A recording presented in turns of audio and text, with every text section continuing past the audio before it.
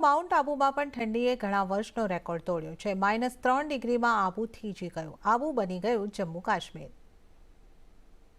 દેશભરમાં ઠંડીએ તમામ રેકોર્ડ તોડી નાખ્યા છે. ત્યારે રાજસ્થાનનું માઉન્ટ આબુમાં રેકોર્ડ તૂટી ગયો. માઉન્ટ આબુમાં ઘણા વર્ષો બાદ તાપમાનનો પારો -7 ડિગ્રીએ પહોંચી જતા આબુ થીજી ગયું હતું. આબુ તો જાણે મિની કાશ્મીર બની ગયું. આબુમાં ચારે તરફ બરફની ચાદર પથરાઈ જતા આબુ જાણે કે મનાલી કે શિમલા હોય તેવું લાગી રહ્યું છે.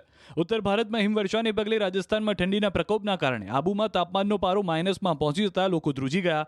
મેદાની વિસ્તારો અને ખેતરોમાં બરફ જામી ગયા છે. અહીંની સૌથી ઊંચી પહાડીની ચોટી ગુરુ શિખર પણ જાણે બરફ જામી ગયું હોય તેવું જોવા મળ્યું. વાસણોમાં પણ બરફ જામી ગયા છે. બહાર પાર્ક કરેલા વાહનોની છત પર બરફના થર જામી ગયા છે. ઠંડા પવનોએ માઉન્ટ આબુની પર્વતીય ખીણોને ઠૂંઠવાઈ છે. ગુજરાતીઓનો સૌથી નજીકનું અને મનપસંદ એવું હિલ સ્ટેશન માઉન્ટ આબુ હાલમાં ઠંડીથી થીજી ગયું છે.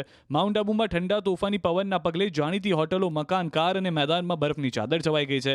પ્રવાસીઓ અને લોકો આકરી ઠંડીથી બચવા માટે તાપણાનો સહારો લેતા જોવા મળ્યા. કાતિલ ઠંડીના કારણે પ્રવાસન સ્થળ નકી લેક પાસે પણ લોકો ઠંડીને ભગાડવા તાપણા કરતા નજરે પડ્યા.